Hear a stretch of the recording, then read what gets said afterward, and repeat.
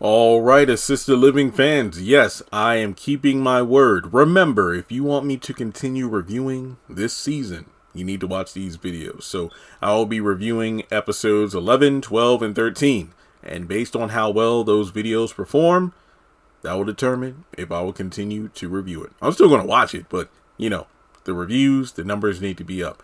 Still haven't decided on what a solid number is, but, it really depends on ad revenue and all that good stuff. So if you want me to continue, make sure you hit the thumbs up button to show you like this video, leave some comments, share the video around, you know the drill.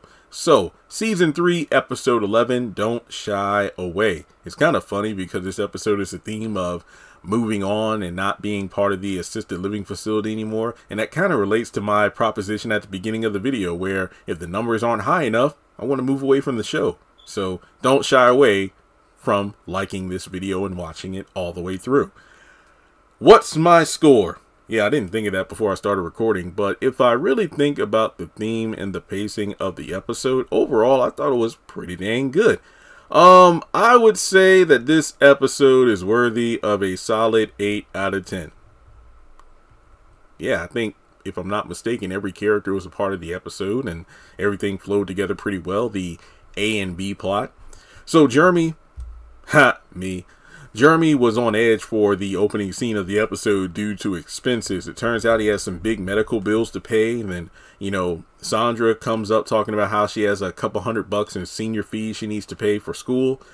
Philip, he's wanting and it is very accurate how these characters portray the family dynamic of, every time. It's like they say, it's like the old people say, if it ain't one thing, it's another. As soon as you think you're about to make ends meet, something happens, whether it's a medical situation, something happens to your car, the kids need something. And then, you got the one kid who has things that actually need to be paid or need to be funded. And then another kid who just wants something extremely expensive. Philip was talking about some shoes that even with like the humongous discount, they still be over $1,000 when you include tax and shipping and whatnot.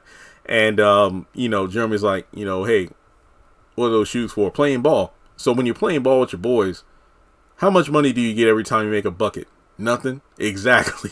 So it turns out Jeremy actually got an offer from his old boss at double the salary, and it's a question of, if he takes a job, then they'll move back to, Chicago to their old home because they'll be able to, pay off all this stuff and not to mention be able to save for retirement just because of the fact that the assisted living facility, it isn't really funding them the way they thought. Like the investment made isn't really, making that much of a return, which again, harkens back to me reviewing the show. I put in the investment of watching the episodes and taking the notes and recording the videos, editing and posting.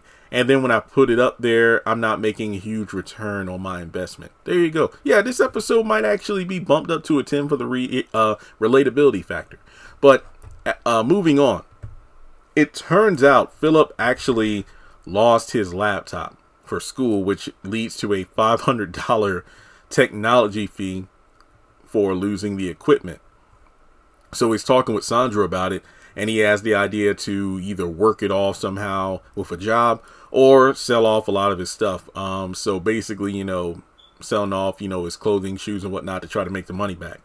So Leah and Jeremy show up to the bedroom to tell the kids that there's a good chance they'll be moving back to Chicago and to keep it to themselves for now because, if everything works out with the job, they'll be moving in the next 3 weeks to make everything official. So we go over to the kitchen area. I think it's Effie, Anastasia, and Reggie. They're all coming back from a, senior drive event. Everything was pretty cool. Given that it's fair season, we just had the county fair and all in town. We didn't go though because I don't know, just didn't go. They had a lot of fun. Anastasia in the go-kart, F.A., playing games, and Reggie too, in order to win fun gifts for the kids, and as well as Jeremy and Leah. So it's one of those things where, yep, we're moving, it's going to be great. But then in their minds, even though they're moving, you got these sentimental moments where it's like, oh, a cute little koala bear for Sandra, Anastasia was talking about how, oh yeah, this could be a great holder for a picture of the family and whatnot, because we all love you here. Oh yeah, we love you guys. And it's like, oh wow, this might be harder than we thought. So now they kind of feel guilty for leaving. So it turns out Vinny is getting a petition signed because apparently management wants to get him evicted from the premises. So they get the residents actually sign up for it. Cora and Brown come back in from church, and they're talking to everybody, but they notice that there's a lot of strange behavior going on with Jeremy, Leah, and the kids. Boxes, tape, bubble wrap, packing, and they pretty much can't hide it anymore. And it's revealed that Jeremy got a good job offer, so they're going back to Chicago. First thing come out of Brown's mouth is that, he's not getting his investment back, and that he would have to live in the facility if Jeremy and his, family are leaving to be management, and, the residents don't want that. So Anastasia comes up with the idea of a don't go away party in order to keep the family from going back to Chicago. So they agree to throw it together by any means necessary because they don't want Brown to move in.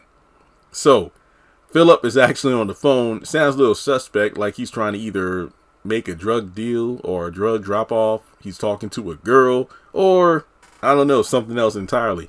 Vinny overhears him and basically is proud of him for, oh, okay, I see what you're doing. You're trying to make that money for that laptop fee because you made a mistake and you want to, pay it off yourself. And then apparently, Sandra needs hush money in order to, keep quiet about it. And Vinny wants a cut as well. I know siblings are like that, but at the same time, it's like, well, I mean, he made a mistake he's trying to correct, so why would you need hush money? It's like, whatever. But hey, that's family for you. They cut you deep, they bleed you dry. So the last scene is Anastasia and the crew, with the party. Everything is together. And I love this whole little like bulletin board they have, remember the time, which I love the photos throughout it, because when Leah and the kids show up, because Jeremy's upstairs on the phone with his boss, and I'm like, I think I know what this means. There's only 5 minutes of the episode left. So they reminisce about, like Sandra, with the prom, and you got Philip driving Anastasia, driving Miss Crazy, and then just various other moments throughout the series on the board. Vinny comes up and, confesses to a few things like, look, Sandra, the reason that boy stood you up at the prom is I said that if you try to get to first base with my granddaughter, it ain't going to go too good. And then he just makes a, huge list of confessionals, but, they cut him off before it gets too far. But it's a sweet moment, and Jeremy comes downstairs to reveal that apparently he lost a job because, another potential employee came in Red Bottom Hills, and she pretty much scooped up the boss and my job along with him. So they're not going anywhere. And the kids are bummed because they're not going back to Chicago.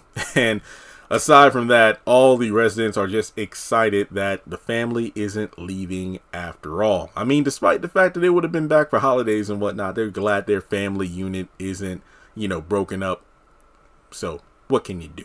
So at the end of the episode, Vinny goes upstairs to, kind of help the kids out because they're feeling down about everything. So they're going away presents that he was going to give them a $300 fashion. What was it? A $300 gift card for Sandra to a fashion store in town. And he bought not Vinny, but Philip a new laptop. So that was a sweet moment from Grandpa.